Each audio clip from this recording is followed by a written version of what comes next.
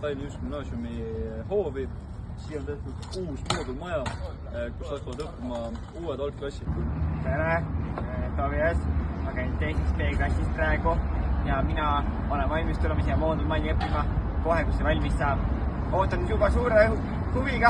Tere, mul on väga palju häid sõpru siin koolis ja üks neist on Torr. Minu nimi on Torr, ta on Tobiase klassivend ja mina ootan väga, et siia moodulmaja õppima tulla. Jou, see on klassijuhataja Roin Suurand.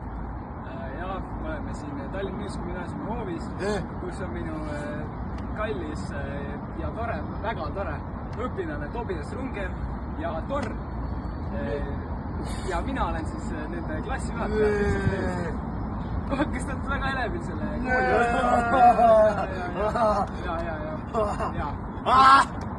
Tervist, anna tõmbiske lõppu väikse intervjuu Robi Suuroniga, väikeklassi õpetajaga. Tervist! Tere! Miks te õpetate väikeklassi?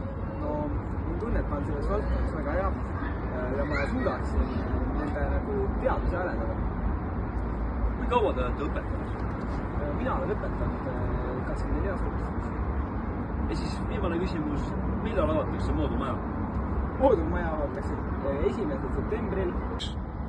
Tulge kooli, tulge meiega õppima! Ja sellega on tänast uudist lõppenud.